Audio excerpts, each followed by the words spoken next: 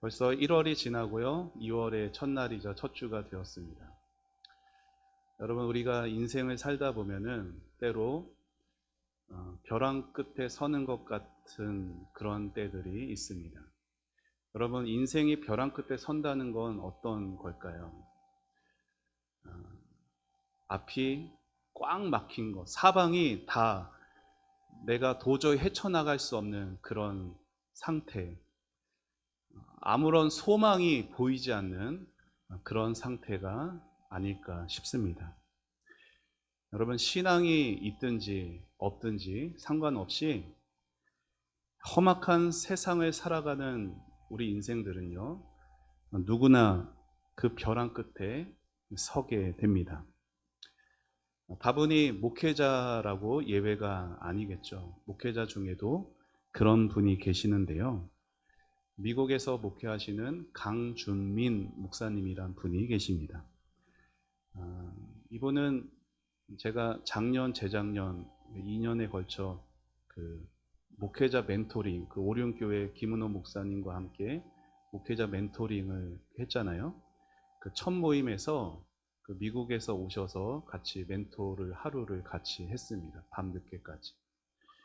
이분이 미국 LA에서 새생명 비전 교회라는 교회를 개척하셨고 지금 큰 성장을 이루며 많은 사람과 특별히 목회자들에게도 존경을 받는 목회자이십니다. 그런데 그분이 지금까지 오게 되는 그 삶은 참 많은 고난과 시련이 있었습니다. 교회에서 쫓겨나기도 했고, 이전 목회했던 목회지에서 또 목회지에서 또 실패하기도 했고, 또 사모님은 또 폐암이라는 암투병으로 가정과 사역에 말로 다할 수 없는 수모와 아픔과 고통을 겪었습니다. 그 많은 인생의 벼랑 끝에 다시 일어선 그 목사님은 자신의 책에서 이러한 고백을 하셨습니다. 제가 읽어드릴게요. 벼랑 끝에 서는 것은 축복입니다. 저는 벼랑 끝에서 하나님을 가장 깊이 체험했습니다. 벼랑 끝은 위험한 장소였지만 그 벼랑 끝에서 새로운 문이 열리는 기회를 만났습니다. 위기가 기회로 변한 곳이 벼랑 끝이었습니다. 하나의 문이 닫히면 또 다른 문이 열리는 것처럼 벼랑 끝에서 새로운 문이 열리는 경험을 했습니다. 여러분, 인생길에서 벼랑 끝에 몰리는 상황 한번 겪지 않은 사람이 우리 중 누가 있겠습니까? 저와 여러분 모두 각자의 인생의 벼랑 끝이 있었을 것입니다. 그러나 여러분, 강 목사님이 이렇게 말한 것처럼 벼랑 끝에 서는 것이 축복이고 위기가 기회가 된다라고 말할 수 있는 건 아무나 할 수 있는 게 아니라는 거죠. 그보다는 더 많은 사람들은요, 그 벼랑 끝에서 무너지는 사람이 더 많습니다. 그러면 그 둘의 차이는 무엇일까요? 벼랑 끝에 서서 누구는 그 위기가 기회가 되고 누구는 그 벼랑 끝에서 무너지고 그 둘의 차이가 무엇일까요? 오늘 성경을 통해서 요나라는 사람을 같이 살펴보겠습니다. 요나라는 선지자가 오늘 말씀에 나옵니다. 그는 바다에 던져진 사람이었어요. 바다에 던져져 죽은 줄 알았는데 눈 떠보니 어디였냐면 물고기 뱃속이었죠. 사실 그런 의미에서 요나는 벼랑 끝에 선 게 아니라 이미 벼랑에서 떨어진 사람이었어요. 그런데 그 떨어진 자리에서 요나는 누구를 만나느냐? 하나님을 만납니다. 다시 한번 하나님 앞에 일어서는 기회가 요나에게 생긴 거예요. 여러분, 사람이요, 물고기 뱃속에 살아남는다라는 게 가능할까요? 제가 AI에게 물어봤습니다. 사람이 물고기 뱃속에서 살아남을 수가 있어? 답이 뭐라고 나왔을까요? 아니다라고 나오죠. 그런데 그렇게 아니다라고 말한 AI가요, 실제로 물고기 뱃속에 삼켜진 사람의 그 예를 얘기하더라고요. 실제 있었던 일. 2021년에 미국에 한 잠수부가 있었어요. 마이클 패커드라는 이 사람이요, 바닷속에 들어가서 랍스터를 채취를 하려고 들어갔는데 갑자기 큰 트럭에 치인 것 같은 큰 충격을 받더니 삽시간에 온 사방이 칠흑같이 어두워졌다라는 거예요. 알고 보니까 고래가 이 사람을 삼켰어요. 그런데 3, 40초 정도 후에 이 사람을 다시 토해냈다라는 거예요. 고래 뱃속으로 들어가는 도중에 막 온몸이 어딘가에 짓눌리며 나는 이제 죽었구나, 그런 고통을 경험했습니다. 여러분, 사람이 그 몇십 초에 해당하는 그 순간도 죽음의 고통을 느끼는데 요나가 3, 4일에 걸쳐 물고기 뱃속에 있었다는 건 놀라운 하나님의 특별한 은혜가 아닐 수 없겠죠. 과연 그에게 어떤 일이 일어난 걸까요? 하나님께서요, 선지자 요나를 처음에 부르셨었어요. 그리고 그에게 이렇게 말씀하셨죠. 자, 요나서 1장 2절 같이 읽어봅시다. 시작. 너는 일어나 저 큰 성읍 니느웨로 가서 그것을 향하여 외치라.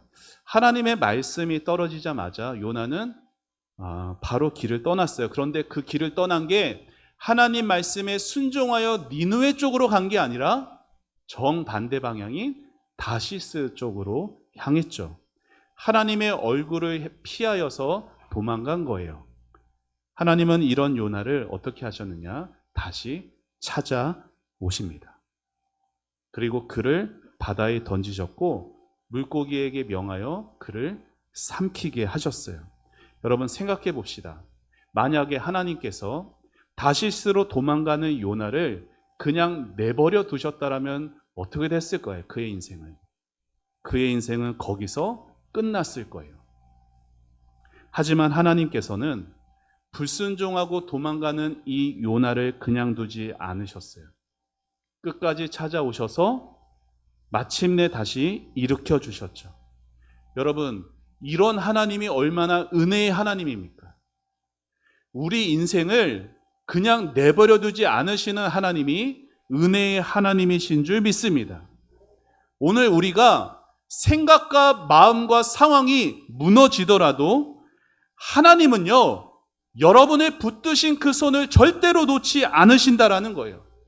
요나처럼 풍랑과 물고기를 사용하셔서라도 여러분을 다시 일으켜 세우시는 분이 우리가 믿는 하나님입니다.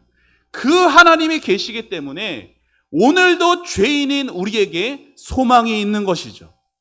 여러분, 요나는 한순간에, 순식간에 물고기 뱃속으로 떨어지고 말았어요. 여러분, 생각해 보세요. 거기에 무슨 조명이 있었겠어요? 무슨 불빛이 있었겠어요? 칠흑같이 어둡고 캄캄한 그 물고기 뱃속에서 요나가 할 수 있는 일이 뭐였을까요? 기도밖에 없었다라는 거예요.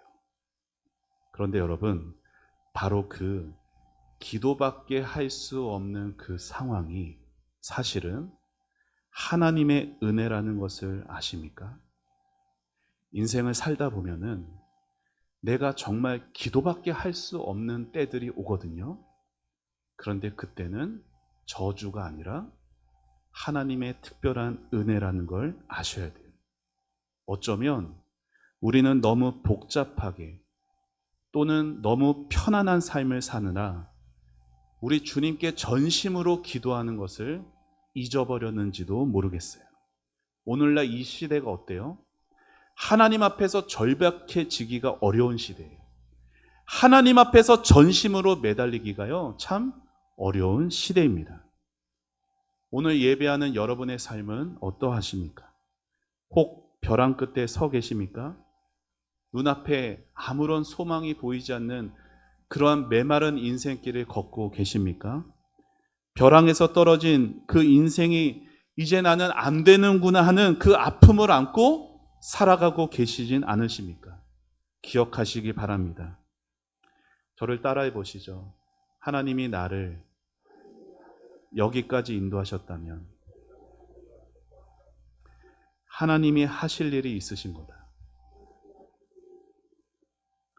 하나님이 나를 여기까지 인도하셨다면 하나님께서 하실 일이 있으신 것이에요. 우리 눈에는 뭐밖에 안 보여요? 어둠밖에 안 보여요. 요나처럼. 그런 말도 하나님은 그 자리에서 우리에게 더 가까이 오라고 우리를 부르시는 것입니다. 요나는 그 죽음의 상황 속에서 하나님 앞에 간절히 기도하죠. 그리고 하나님은 그에게 어떻게 하세요? 응답해 주십니다. 그러면 하나님이 들으시고 응답하시는 기도는 어떤 기도인가? 오늘 요나의 기도를 통해 세 가지를 살펴보겠습니다. 첫째, 저를 한 번만 따라해 주세요. 요나는 하나님을 인정했다. 자, 그의 기도에 나오는 첫째 요나의 기도의 모습은 요나는 절망 가운데서도 하나님을 인정하며 기도했다라는 것이에요. 여러분, 사람들은요, 어려움을 겪거나 고난에 처하면은 이러한 질문이 떠오릅니다. 사랑의 하나님이라는데 그 하나님이 왜 도대체 나에게 이런 어려움을 주시는가? 내가 이런 어려움을 만난 이유는 도대체 왜 그런가? 이유를 찾습니다. 원인을 찾죠. 그러나 하나님을 아는 사람은요, 같은 상황을 다르게 해석한다라는 거예요.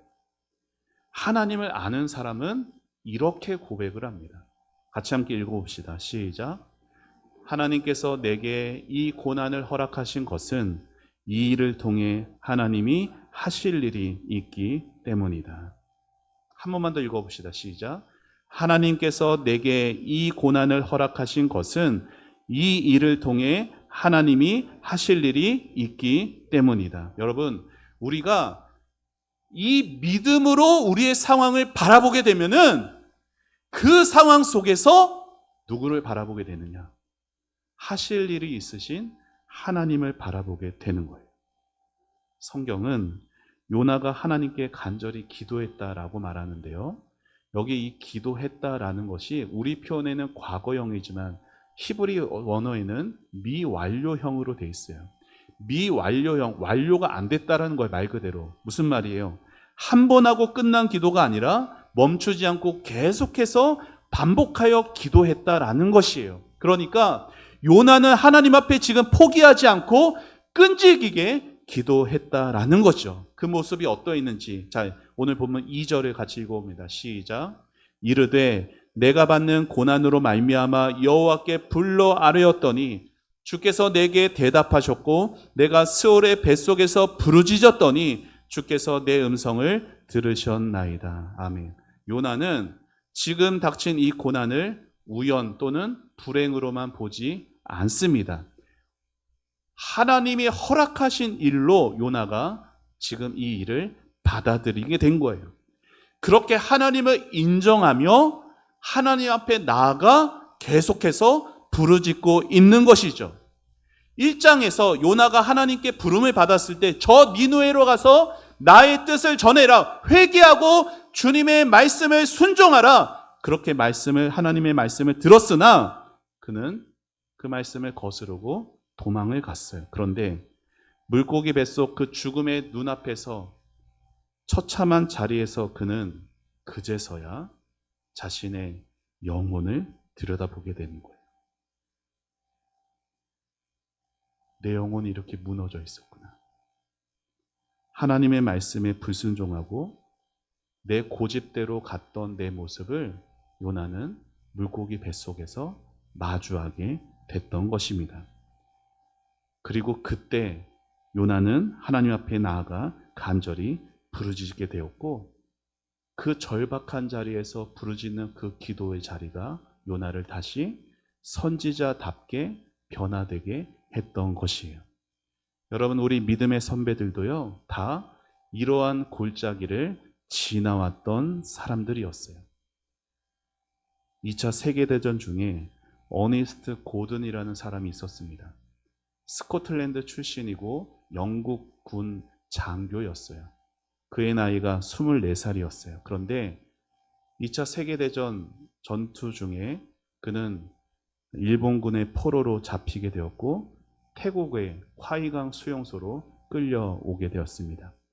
그곳에서 포로들은요, 악명 높은 죽음의 철도를 건설해야 했는데요. 이게 왜 죽음의 철도라면 1마일, 그러니까 우리로 치면 1.6km를 철도를 짓는 데마다 300명이 넘는 수용자들이 죽어나가는 거예요. 너무 일이 고돼가지고. 열대야, 기야, 폭염, 잔인한 고문 속에서 수많은 질병들에 노출되어 있어요. 그래서 그 고든도 각기병, 말라리아, 이질, 장티푸스 동시에 걸리고 말았어요. 목구멍이 망가져가지고요. 음식을 제대로 삼키지 못, 음식물을 입으로 넣으면 코로 나오게 되는 그 지경이 되었어요. 몸은 점점 마비되기 시작합니다. 그는 스스로 자기를 죽음의 집으로 옮겨달라고 요청해요. 왜 죽음의 집이냐? 포로들이 그냥 바닥에 널브러진 상태로 죽음을 기다리는 곳이어서 죽음의 집이에요. 여러분, 그때 고든은요, 하나님을 믿는 사람이 아니었어요.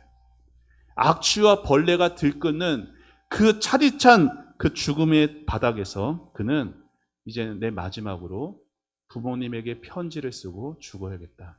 그렇게 결심했습니다. 그런 곳에 두 사람이 찾아오게 되었어요. 크리스찬이었던 더스틴 밀러와 딘티 무어라는 사람이 자신의 배급량, 자기 먹을 것도 부족한데 자신의 배급량으로 그 고든의 상처를 씻기고 그에게 먹을 것을 주고 말없이 그를 돌봐 주었습니다. 고든은 나중에 이렇게 고백을 했어요. 그분들은 저에게 어떠한 것도 설교하지 않았습니다. 그저 자신의 생명을 저에게 나누어 주었습니다. 기적적으로 회복한 고든은 처음으로 난생 처음 성경을 읽기 시작합니다.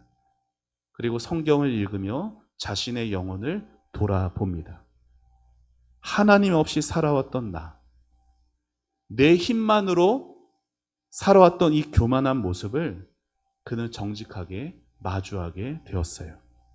그리고 바로 그 자리에서 고든은 하나님 앞에 무릎을 꿇습니다.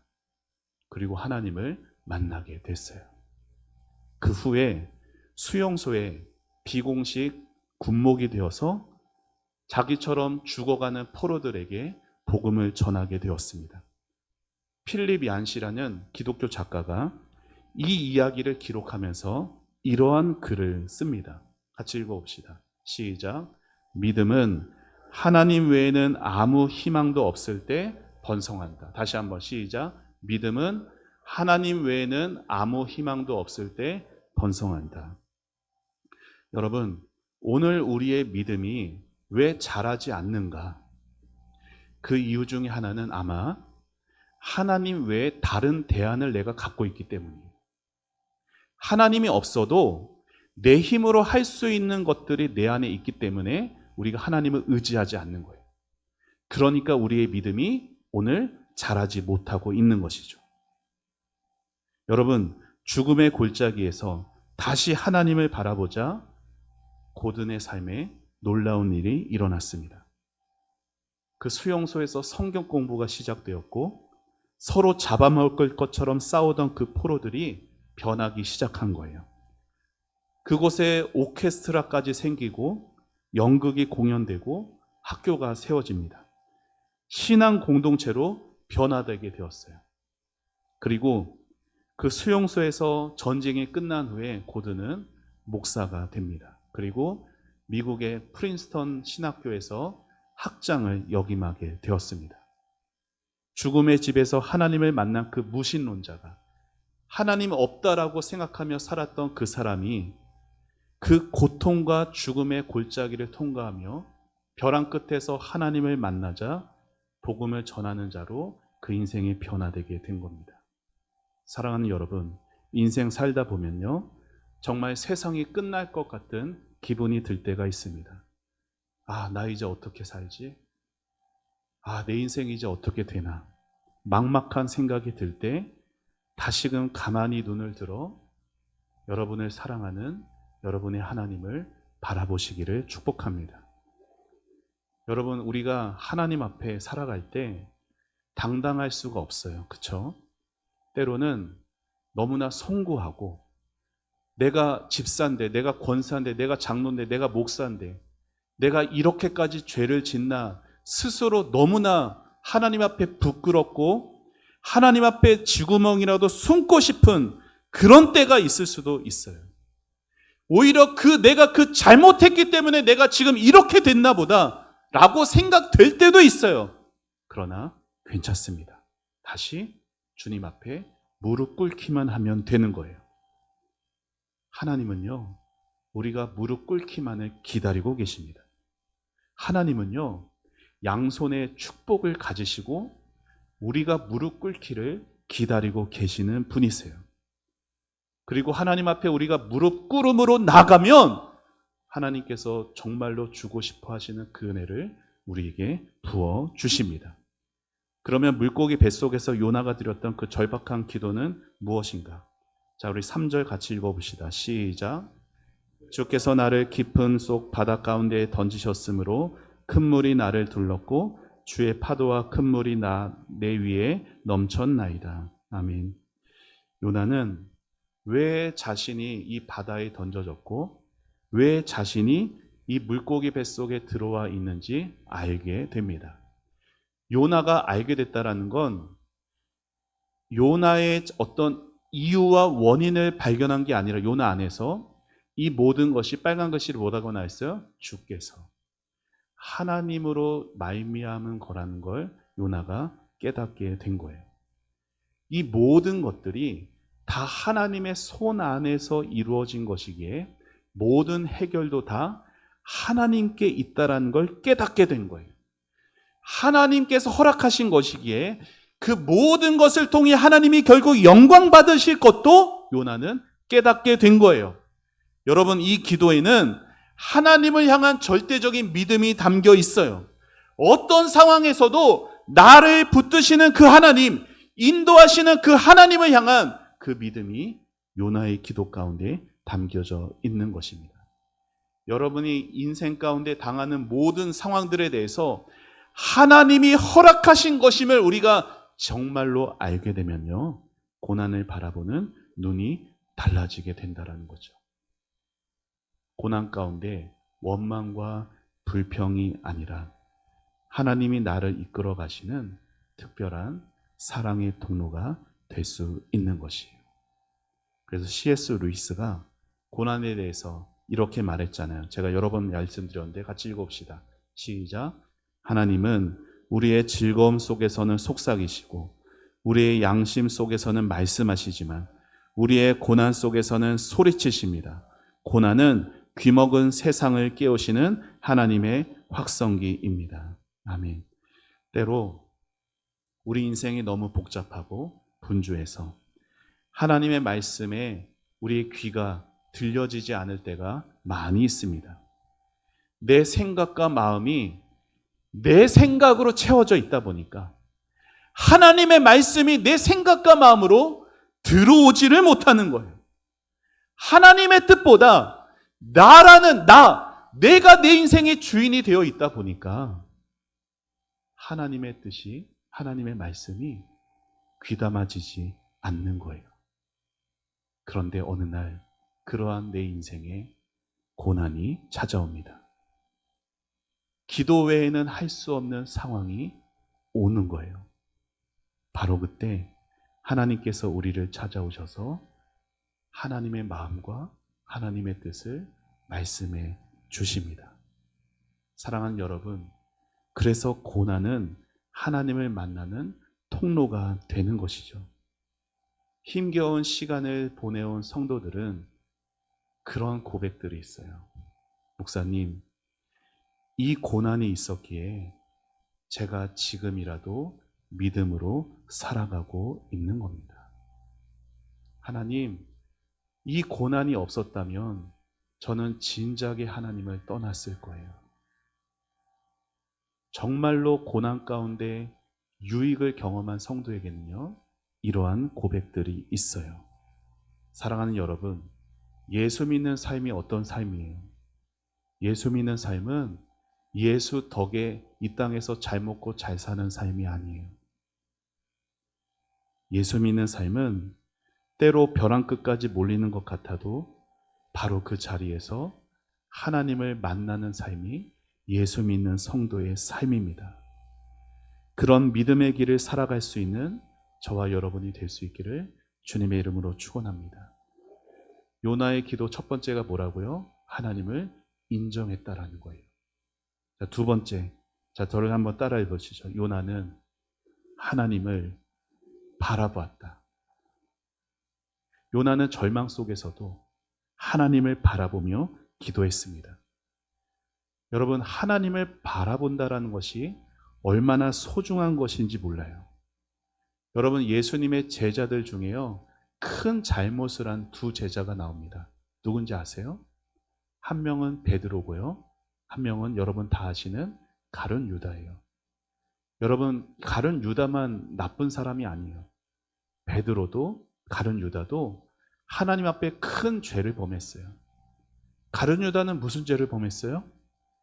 예수님을 돈에 팔아버렸습니다. 베드로는 무슨 죄를 범했죠? 예수님이 잡혀가셨을 때 예수님을 모른다라고 부인했을 뿐 아니라 예수님을 저주하기까지 했던 자가 예수님의 수제자 베드로였어요. 여러분, 예수님을 판 것이 더 큰 죄여서 용서받을 수 없는 죄여서 유다는 그렇게 끔찍한 파멸을 당했고, 베드로는 조금 덜 죄를 지어서 다시 회복을 한 게 아니에요. 둘 다 끔찍한 심판받을 만한 죄였어요. 그런데 그 둘에는 결정적인 차이가 있었죠. 가룟 유다는 하나님을 바라보지 못한 채 낙심과 좌절 가운데 나무에 목을 매달아 죽습니다. 그러나 베드로는 그 자리에서 눈을 들어 다시금 하나님을 바라보며 하나님 앞에 회개하며 회복이 되었던 것이에요. 여러분, 인생 가운데 죄 없이 살 수가 없어요. 그런데 그 죄를 깨달았을 때 어디를, 누구를 바라보느냐가 우리의 인생 길을 결정한다라는 거예요. 요나도 마찬가지였어요. 아무것도 할 수 없는 그 처참한 상황 속에서 요나가 지금 하나님께 순종해서 물고기 뱃속에 들어온 게 아니잖아요. 하나님 앞에 범죄함으로 물고기 뱃속에 들어왔으나 요나는 그곳에서 다시 하나님을 바라봅니다. 그때 하나님을 바라보니까 자신의 영혼의 현실을 깨닫는 거죠. 내가 부름받은 선지자이면서도 말씀대로 살지 못했고, 전하라는 그 말씀을 받았음에도 제대로 받지 못하고 사명 버리고 도망쳐버린 자신의 모습을 보게 된 거예요. 하나님은 저 니느웨 이방인들도 사랑하시는데 나는 저들은 절대로 하나님께 사랑받을 수 없다고 선입견을 가진 채 저 사람들은 안 된다라는 마음으로 도망쳐버렸어요. 그런데 바로 그 죄를 깨달은 그 자리에서 요나는 다시 하나님을 바라보았고 그곳에서 회복의 길이 열리기 시작했습니다. 자, 우리 4절 말씀 같이 읽어봅시다. 시작. 내가 말하기를 내가 주의 목전에서 쫓겨났을지라도 다시 주의 성전을 바라보겠다 하였나이다. 아멘. 믿음을 표현하는 것은 여러 가지 말이 있겠으나 오늘 저는 여러분에게 믿음은 이것이다 이렇게 말하고 싶습니다. 저를 한번 따라해 보시죠. 믿음은 바라보는 것이다. 여러분, 우리가 평생 동안 흔들림 없이 주님만 바라보며 주님과만 동행하며 살 수 있다면 얼마나 좋겠습니까? 그런데 우리의 현실은 그렇지 않잖아요. 우리의 삶이 주님 앞에 부끄러울 때가 많고 주님 앞에서 무너지고 낙심할 때도 많아요. 죄의 허물이 나를 가득 덮어서 내가 어떻게 이렇게까지 됐나 하는 순간이 있기도 합니다. 하지만 그럴 때일수록 주님에게서 눈을 떼셔서는 안 됩니다. 비록 내 모습이 엉망이라도 끝까지 주님의 은혜를 바라보는 게 진짜 믿음이에요. 믿음은요, 낙심 안 하는 게 아니라, 넘어지지 않는 게 아니라, 죄 안 짓고 사는 게 진짜 믿음이 아니라, 진짜 믿음은 내가 넘어졌어도, 내가 하나님 앞에 부끄러워도, 내가 이것밖에 안 되나 내 스스로 초라해도 그 자리에서 다시 주님의 은혜를 바라볼 수 있는 게 진짜 믿음인 거예요. 요나는 물고기 뱃속에서요. 그의 기도를 잘 보세요. 요나는요. 살려주세요 이 기도하지 않았어요. 요나는 저를 건져주세요 이 기도하지 않았어요. 요나는 그저 다시 주님을 바라보았어요. 왜요? 진짜 해결책이 하나님을 바라보는 것임을 그가 알았기 때문이에요. 그러니 인생을 바닥을 치는 것 같을 때 꼭 기억하시기를 바랍니다. 그때야말로 믿음의 눈을 들어 하나님을 바라볼 때입니다. 우리의 믿음의 시선의 회복이 우리의 인생의 문제의 회복이라는 것을 아시는 여러분 되기를 축복합니다. 마지막 셋째로 요나는, 저를 따라해보죠. 요나는 감사하며 기도했다. 첫 번째가 뭐였어요? 요나는 하나님을 인정했어요. 두 번째는 하나님을 바라봤어요. 세 번째는 하나님께 감사하며 기도했어요. 여러분, 요나의 기도에 특별한 것이 있어요. 요나는 그 절망의 순간에, 우리는 다 절망 속에서 하나님 살려주세요, 건져주세요, 이 기도가 먼저 나오는데 요나는 살려달라는 기도를 하지 않아요. 그보다 하나님을 인정하고 하나님을 바라보고 하나님께 감사하며 나아갑니다. 그리고 하나님은 그 기도를 통해 역사하셨어요. 자, 9절 요나의 고백을 읽어봅니다. 시작. 나는 감사하는 목소리로 주께 제사를 드리며 나의 서원을 주께 갚겠나이다. 구원은 여호와께 속하였나이다 하니라. 여러분, 우리가 언제 감사합니까? 언제 감사하세요? 일이 잘 풀릴 때, 그렇죠?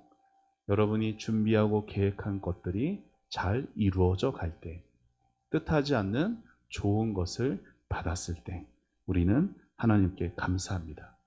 여러분, 물론 그것도요 귀하고 아름다운 일이죠. 하지만 여러분, 믿는 자에게 진정한 감사는 상황이 어떠한가에 달려있지 않습니다. 진짜 감사는 내 환경이 아니라, 저를 따라해 보시죠. 감사할 대상이 누군지 알면 감사할 수 있다. 우리가 오늘 믿음으로 감사하지 못하는 이유는 내가 감사해야 할 대상이 있다는 것을 내가 모르기 때문이에요. 내가 감사해야 할 분이 있다는 그 사실 하나가 우리에게 감사의 이유입니다. 하나님이 누구세요? 나의 하나님이세요. 예수님이 누구세요? 나의 구세주세요. 사랑하는 여러분, 예수님 믿으세요? 정말로 예수님 믿으세요? 지금 대답 안 하시는 여러분, 예수님 믿으세요? 여러분, 예수님 믿습니다라는 고백 없이 이 자리에 있을 필요가 없어요. 아니, 필요가 없다기보단 이 자리에 있어도 소용이 없어요. 예수님이, 하나님이 나의 하나님 되시고 예수님이 나의 구세주가 되는 것이 나에게 그것 자체가 감사의 이유입니다. 성도는, 정말로 예수를 믿는 사람은 내가 감사해야 할 분이 계시다는 것 하나만으로 하나님께 감사하는 인생을 살아갈 수 있어요. 내 인생 앞에 홍해가 갈라지지 않는다 하더라도 감사할 수가 있는 거예요. 설령 그 바다가 아직 그대로일지라도, 설령 내 통장의 잔고가 변하지 않는다 할지라도, 설령 내 몸의 아픈 부위가 아직 낫지 않는다 할지라도, 설령 불편한 그 관계가 아직 회복되지 않는다 할지라도 내가 오늘 감사할 수 있는 분이 계시다는 것, 그 한 가지가 우리에게 감사의 삶을 살게 할 수 있는 것입니다.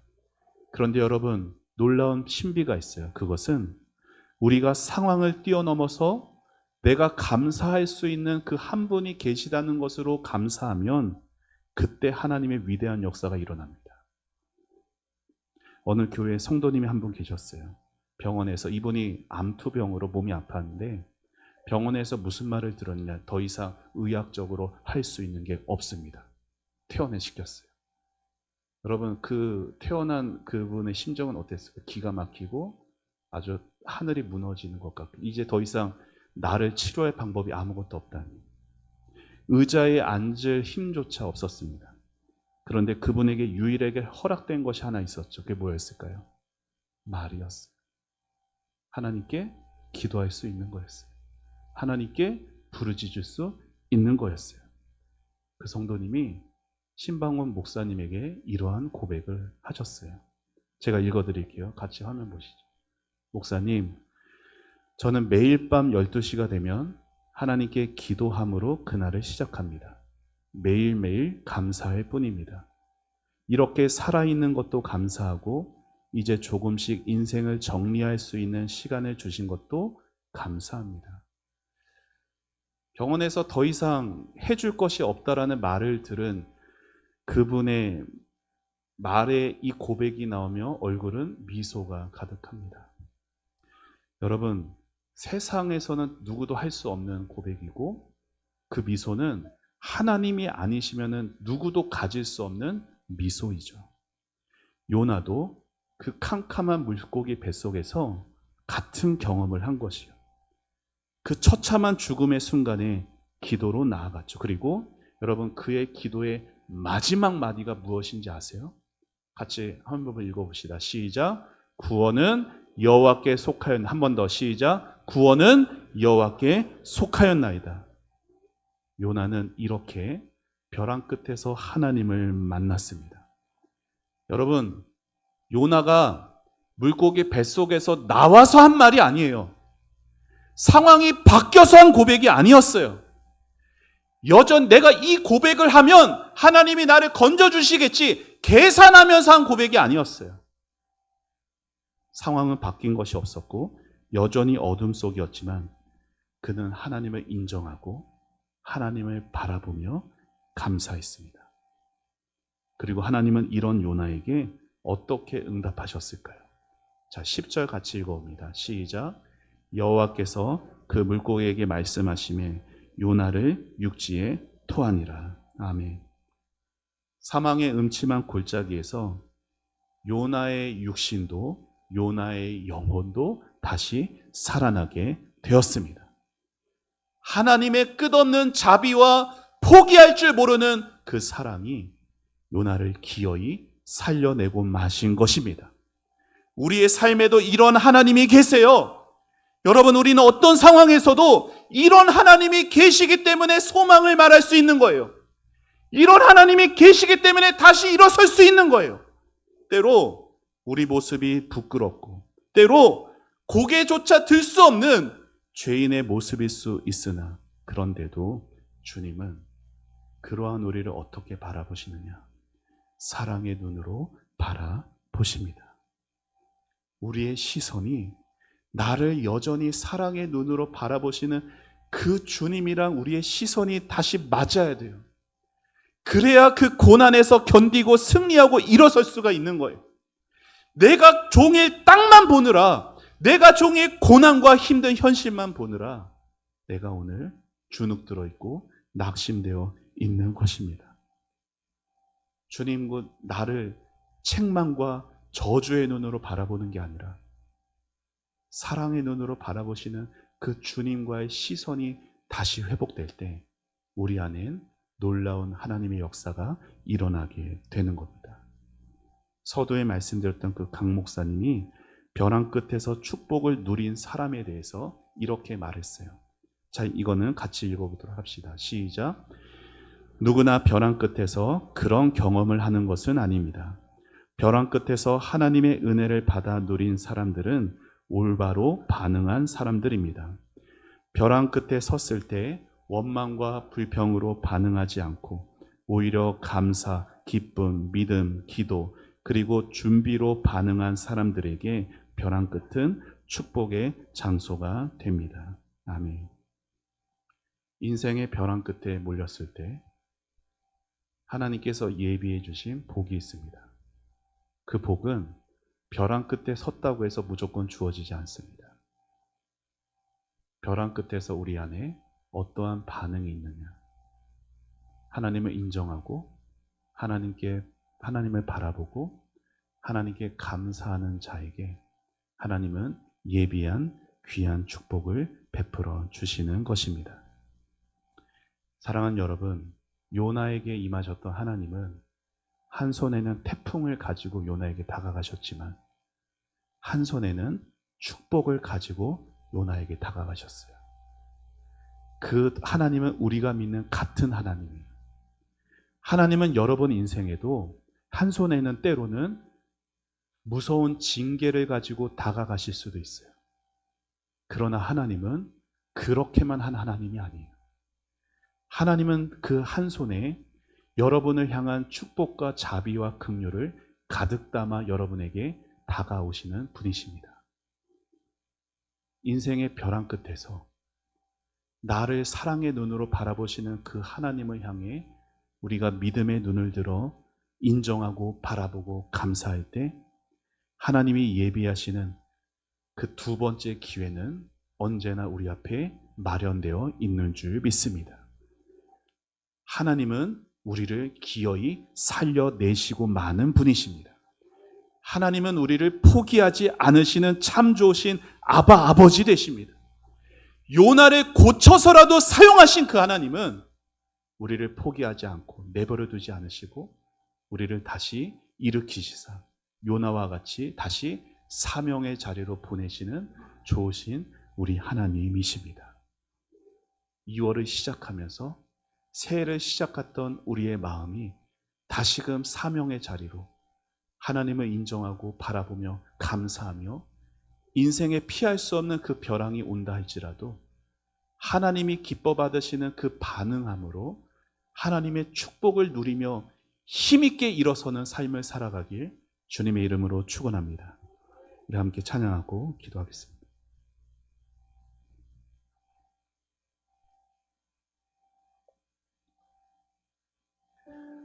하나님의 사랑을 사모하는 자,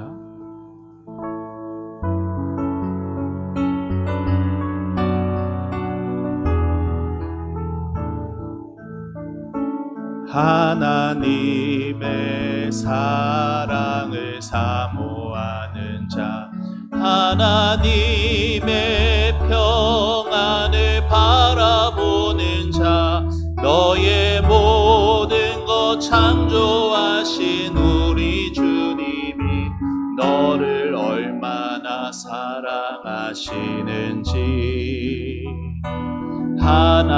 하나님께 찬양과 경배하는 자, 하나님의 선하심을 닮아가는 자, 너의 모든 것 창조하신 우리 주님이 너를 자녀 삼으셔. 하나님 사랑의 눈으로, 하나님 사랑의 눈으로 너를 어느 때나 바라보시고 하나님 인자한 귀로서 언제나 너에게 기울이시니 어두움에 밝은 빛을 비춰주시고 너의 작은 신음에도 응답하시니 너는 어느 곳에 있든지 주를 향하고 주만 바라볼. 우리 가슴에 손을 얹고 한 번 더 고백합니다. 하나님의 사랑을, 하나님의 평안을 바라보는 자,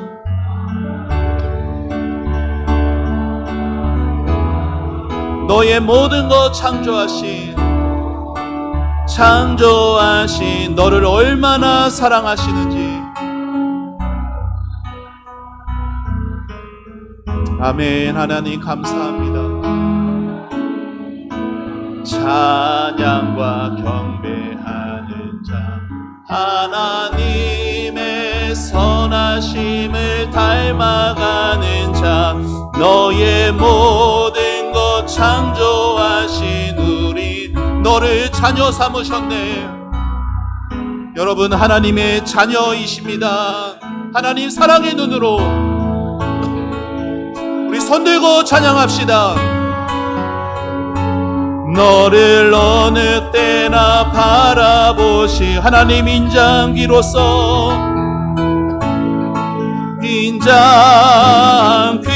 인자귀로서 너의 어둠의 밝은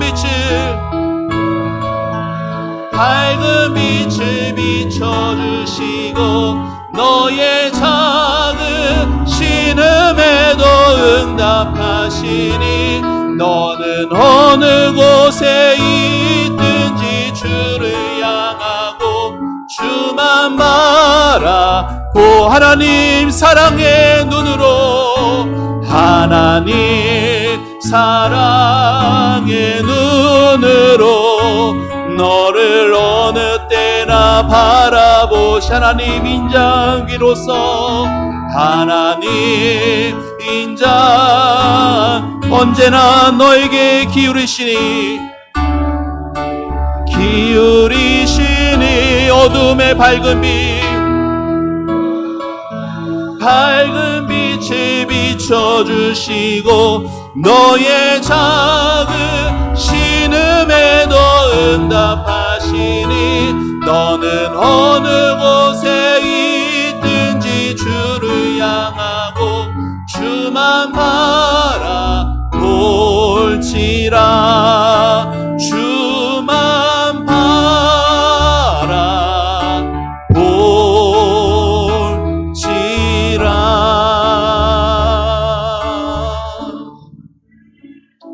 우리 같이 기도했으면 좋겠습니다. 먼저 우리 자신의 삶을 돌아보며 하나님 앞에 정직했으면 좋겠습니다. 하나님, 제 안에 죄가 너무 많습니다. 제 안에 나 자신이 너무 많습니다. 하나님의 말씀보다 나의 생각, 내 뜻만을 쫓으며 내 중심적으로 살아왔습니다. 이 교만하고 이 어리석은 저를 용서해 주시고 불쌍히 여겨 주옵소서. 하나님 아버지, 참으로 하나님의 뜻을 바라보며 하나님을 바라보며 믿음으로 일어서야 하는데 하나님 아버지, 내 마음 가운데 나를 오늘도 짓누르는 나의 죄악과 나의 현실과 상황으로 내가 하나님을 바라보지 못했습니다. 주님, 나를 용서하여 주옵소서. 하나님을 인정하는 마음으로 세상을 바라보고 현실을 바라보며 해석할 수 있게 하시고 하나님을 바라보며 믿음으로 승리하게 해주시고 모든 상황 가운데 감사할 나의 하나님으로 감사하는 삶 살게 해달라고 우리 다같이 주님의 이름 부르며 기도하며 나아갑니다. 주여, 하나님 아버지 은혜를 감사합니다. 아버지 하나님, 오늘도 요나의 기도를 보며 요나의 삶을 보며 하나님 아버지 우리의 마음 가운데 다시금 주님 앞에 아버지 우리의 마음을 쏟습니다. 아버지 하나님, 주여, 한번 사는 인생길 하나님, 주님 나의 주님이시지만 하나님 나의 하나님이시지만 하나님 말씀도 내가 믿고 아버지 말씀을 읽지만 그럼에도 여전히 내가 중심이 되고 내가 주인 되어 살아왔습니다. 아버지 하나님, 내 뜻과 내 마음 내 생각대로만 살아왔습니다. 하나님 아버지, 그러한 나를 용서해 주시고 아버지 하나님, 죄로 인하여서 인생의 벼랑에서 아버지 실패하고 낙심하고 넘어졌을 때 아버지 우리의 시선을 나를 오늘도 사랑의 눈으로 바라보시는 그 하나님께 향하게 하여 주시길 원합니다. 하나님 아버지, 벼랑 끝으로 모신 우리 하나님께서 하실 일이 있다는 것을, 나에게 하실 일이 있다는 것을, 하나님의 손안에 있다는 것을 인정하고 믿음으로 바라보게 하여 주옵소서. 하나님 없이 살아가는 인생, 하나님 없이도 되는 대안을 만들지 않게 해주시고 아버지 절박함과 진실함과 간절함으로 하나님만 의지할 수 있는 우리의 삶이 될 수 있도록 주여 도와주시옵소서. 하나님, 우리의 인생길 하나님 손에 있습니다. 하나님께 감사할 수 있게 해주시고 아버지 믿음으로 그 바다가 갈라지지 않아도 하나님 나의 하나님이시기에 감사하며 아버지께 모든 것을 맡기며 구원은 여호와께 있나이다. 나의 삶은 여호와께 있나이다. 벼랑 끝에서 하나님을 만나는 모든 인생 되도록 축복하여 주시옵소서. 주의 은혜에 감사합니다. 주의 은혜로 회복하게 할 주옵소서. 믿음의 눈을 들게 하옵소서. 주님 감사합니다. 하나님 은혜를 감사합니다. 인생에 뜻하지 않게 다가오는 그 벼랑 끝에서 내 힘으로 할 수 있는 게 없을 때 그때 주님이 일하시는 줄 믿습니다. 믿음의 눈을 들어 주를 바라보게 하옵소서. 이 모든 상황조차 하나님의 손 안에 있음을 믿게 하여 주옵소서. 믿어지게 하여 주옵소서. 하나님, 예배하면서 마음이 냉랭해지지 않게 도와주시옵소서. 예배하면서 하나님을 만나고 돌아가는 인생 되게 하여 주옵소서. 하나님 나의 하나님으로 고백되게 하여 주시고 예수님 나의 구세주 고백되게 하여 주셔서 이 험한 세상 내 힘과 내 계획과 내 능력으로 살지 않게 도와주셔서 살아계신 하나님 나의 하나님됨에 감사하며 그 하나님 바라보며 살아가게 하여 주시옵소서. 하나님, 2월 한 달간 또 26년의 연초에 모든 계획하고 준비한 것들, 또 바라고 소망하는 모든 것들 하나님 주 안에서 회복되고 아름다워지게 하여 주시되 하나님을 이용하고 하나님과 거래하는 신앙이 아니라 하나님 없이 안 되는 절박함과 간절함과 진실함 가운데 우리의 믿음이 더 자라가게 하여 주시옵소서. 감사드리고 예수님의 이름으로 기도합니다. 아멘. 다 같이 자리에 일어나셔서